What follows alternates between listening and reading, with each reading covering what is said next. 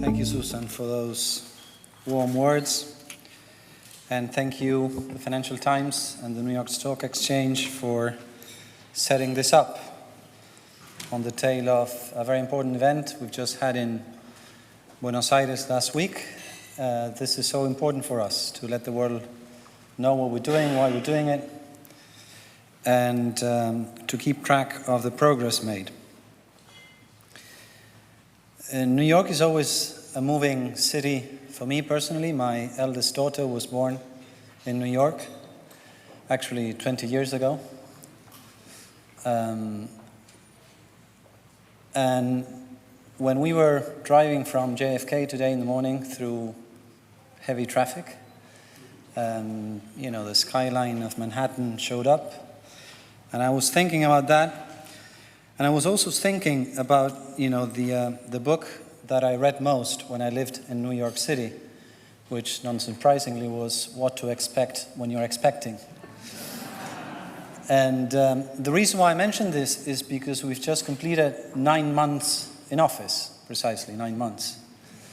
And I'm sure over these last 9 months, most of you guys, most of you people, I should say, have been wondering what to expect from the new Argentina, from the new administration of Argentina. So I think it's a great time to take stock, to look at what's been done, to look at how we're faring, to spend some time at, looking at some of the results, and to have a snapshot about what's about to come. Although the Chief of Cabinet has already laid the grounds for that, I just want to go over some of the things we've done. I mean, we've worked very hard during this gestation period, if you will, over the last 9 months to turn things around. We removed every single capital control. When we say Argentina is open for business, we mean it. In fact, you can bring your money in, you can bring it over, you can ship your dividends back home, as it should be. The return to the international capital markets, as Susan was mentioning, which was very important not just for us, but also for subnational governments and for the private sector. Many of these companies in Argentina are now accessing to the market, and this is allowing us to reignite investment, which has been pretty much non-existent over the last 5 years or so. There's been a lot of work rebuilding institutions pretty much across the whole spectrum. I mean, I can talk myself about, for instance, having reliable statistics, which is something we didn't have for about a decade. The Official Statistics Institute will now tell you what's actually happening rather than pretending that something different is actually happening. The way Congress is working with dialogue, improving on the laws that we actually send and the bills that we actually send to Congress. Granted, we don't have majorities in either chamber, but still, I mean, the work we've done so far with the opposition is an indication of what Marco was saying a while ago, that it's not just us, but it's the country that is demanding and asking for change, and the change is actually happening. The Supreme Court ruling was mentioned earlier. In fact, that was also an indication that this is an independent power. And it's fine for us if the Supreme Court rules against some of the things we want to do. We just, take note and go for a different route, which is exactly what we're doing as well, respecting the law and respecting the institutions. Foreign policy and re-engaging with the rest of the world. There's a lot that we've done over the last 9 months, starting with complying with every single WTO ruling that was obviously not complied with during most of the last 10 years, as you know, being part of G20 and being ready to chair it in 2 years' time, moving around the target of being part of OECD as well. We even have an IMF mission right now in Argentina working on an Article 4 evaluation, something that has not taken place in 10 years for reasons that are very difficult to explain.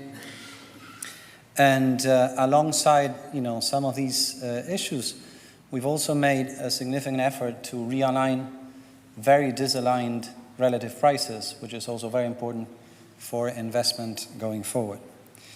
This part you already know about.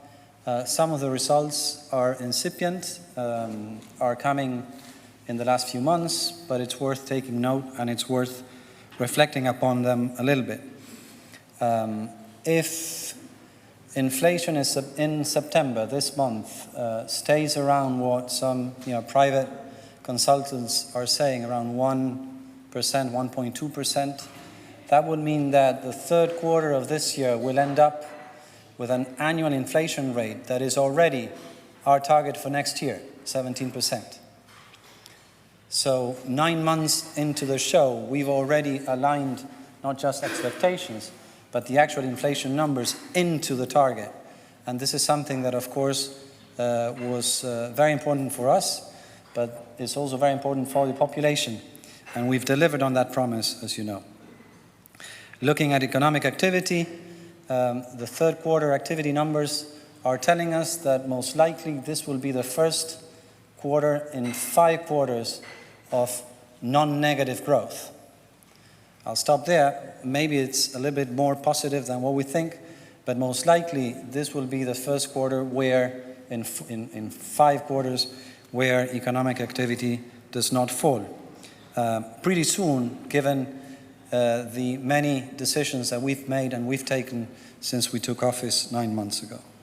So essentially our view is that things are working, the program is working, we are starting to get the results that we were expecting to get around this time of the year.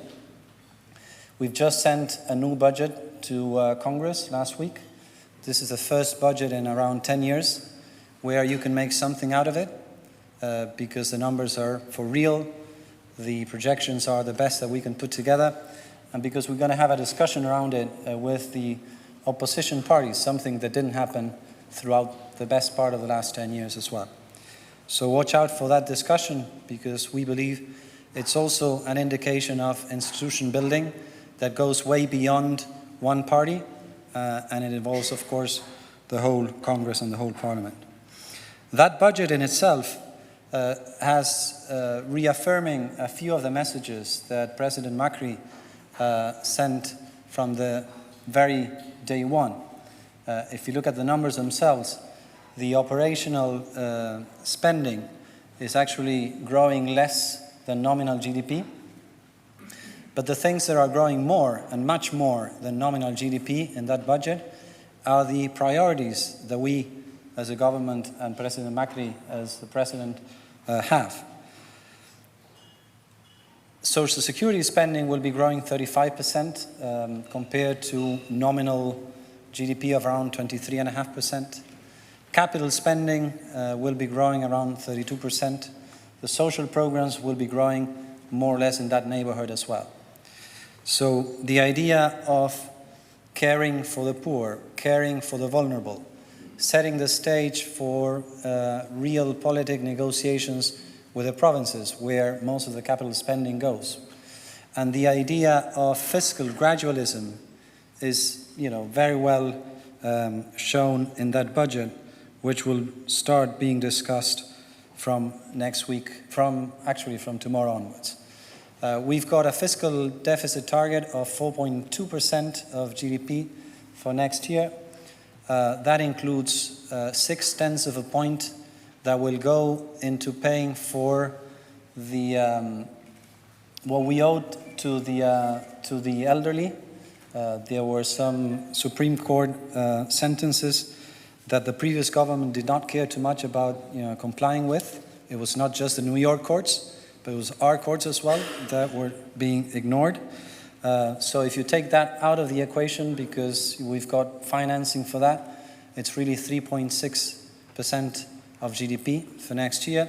We're shooting for 3% the following year and 1.5% at the end of the 4-year term. This is consistent with the inflation targets and the inflation figures, 17% for next year, 12% for the following year, and around 6% in 2019. The question that most of you most likely have on your minds is, well, what does this mean in terms of financing needs for Argentina next year in the international market? And the math will depend a lot on the tax amnesty exercise that we're going through right now, which will come to an end in March of next year. We'll have a very good idea of how we went by the end of this year. But, our best estimate, taking into account the many uncertainties, is that we will not need to tap the international market next year for more than 10 to 15 billion throughout 2017. If that is the case, it will obviously be much less than this year. And the good news about that is that for all of you who are very aware of our financing needs and our financing program, the maturities when we took office were very concentrated in the first 2 years. They fall off very nicely into the second half of the mandate. So next year is kind of the final leg of the financial hump that we had to deal with. And we're dealing with it pretty much as we were expecting. So essentially, we believe we're setting the floor for the flourishing of the private sector in Argentina, for the increase in jobs that everyone is looking for. We've got an extraordinary country, as the previous panel has explained to us, natural resources, human resources. Now we've got the rule of law, we've got certainty. We've got many things that are actually going on in Argentina right now. And I'm going to take 2 more minutes to finish it up with a final thought, the thought that most of you have in your minds. Well, all I'm hearing is great, but will this last for long?